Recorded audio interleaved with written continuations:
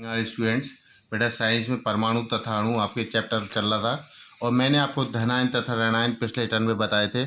आज उनसे यानी सूत्रों से यौगिकों के नाम लिखना मैं आपको बता रहा हूँ। जो यौगिक दो भिन्न तत्वों से मिलकर बने होते हैं उन्हें द्विअंगी यौगिक कहते हैं। आणविक यौगिकों के सूत्र धनायन और ऋणायन के सरल अनुपात में होते हैं। ठीक है, जैसे मैग्नीशियम क्लोराइड है। मैग्नीशियम क्लोराइड है तो Mg पर प्लस की दो वैलेंसी होती हैं। Mg पर प्लस प्लस दो वैलेंसी होती हैं, क्लोराइड पर माइनस की वन होती है। ठीक है, तो इसकी वैलेंसी इसमें आएगी, इसकी इसमें आ जाएगी, तो ये फार्मूला बनेगा आपका क्या, MgCl2, यानी इन दोनों के संयोग से फार्मूला आपका बनेगा MgCl2। ठीक है, मैग्नीशियम क्लोराइड। धनायन यानी मैग्नीशियम पे प्लस की दो वैलेंसी होती है, क्लोराइड पर माइनस की वन वैलेंसी होती है। तो क्लोराइड की वैलेंसी मैग्नीशियम से संयोग करेगी और मैग्नीशियम की वैलेंसी जो है वो क्लोराइड से संयोग करेगी, तो आपका फार्मूला जो है वो बनेगा MgCl2। ठीक है, इसी प्रकार से आपको फार्मूले बनाने हैं। जैसे कैल्शियम बाइकार्बोनेट है तो Ca पर प्लस की दो वैलेंसी होती है। बाइकार्बोनेट यानी HCO3 ऐसे ही रहेगा। ठीक है, अब इसकी वैलेंसी इसमें आएगी, इसकी इसमें आ जाएगी, तो ये क्या हो जाएगा, CaHCO3 का होल ट्वाइस। तो ये इसका फार्मूला क्या बनेगा, CaHCO3 का होल ट्वाइस। ठीक है, इससे ये फार्मूला बना आपका। अब इसी प्रकार से फेरिक हाइड्रोक्साइड है। फेरिक ऑक्साइड, फेरिक पे प्लस की तीन वैलेंसी होती हैं और हाइड्रोक्साइड पर OH पर माइनस की वन वैलेंसी होती है। तो फेरिक इसमें आ जाएगा, ये इसमें आ जाएगा, तो ये बनेगा Fe और OH का होल थ्राइस। ठीक है, तो इससे ही आपका फार्मूला बनता है FeOH का होल थ्राइस, यानी फेरिक हाइड्रोक्साइड। इसी तरीके से आपको सूत्र बनाने इसमें सिखाए गए हैं। ठीक है, ये है मैग्नीशियम फास्फेट, ये है एल्यूमिनियम क्लोराइड, यह है कैल्शियम ऑक्साइड, यह है सोडियम क्लोराइड।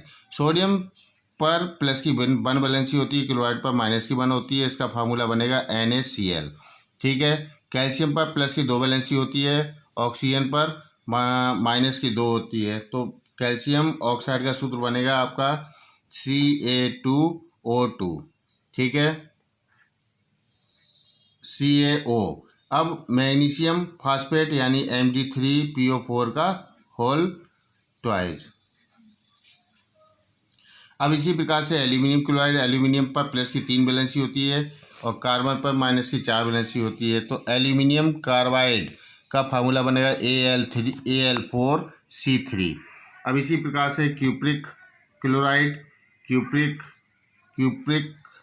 क्लोराइड, अब है क्लोराइड स्टेनस क्लोराइड, टिन का संकेत होता है Sn, तो स्टेनस क्लोराइड यानी SnCl2। अगला है स्टेनिक क्लोराइड यानी SnCl4। ठीक है, इसी प्रकार से आपको नेक्स्ट आगे दिया हुआ है, ये फार्मूले दिए हुए हैं आपको। फास्फोरस ट्राइक्लोराइड, जहाँ ट्राई आएगा वहाँ 3 लगेगा, जहाँ पेंटा आएगा वहाँ 5 लगेगा, जहाँ टेट्राक्लोराइड आएगा वहाँ 4 लगेगा।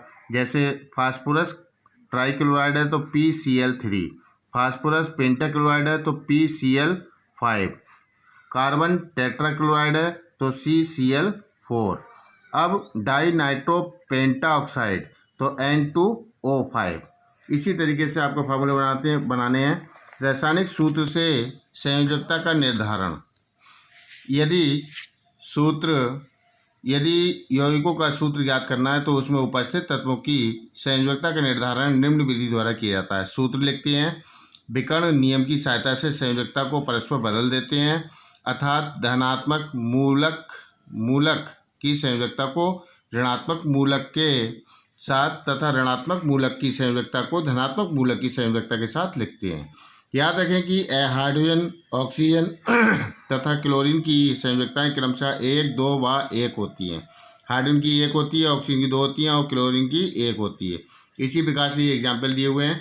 ये आपको इसकी एक्सरसाइज आपको नोट डाउन करनी है, यानी सूत्र बनाना आपको सीखना है और इस एक्सरसाइज को आप फेयर कॉपी पर करेंगे। ठीक है बेटा, अब आणविक द्रव्यमान है वो हम नेक्स्ट टर्न पर आपको कराएंगे। ये एक्सरसाइज आपको कॉपी पर नोट डाउन करनी है। ठीक है बेटे।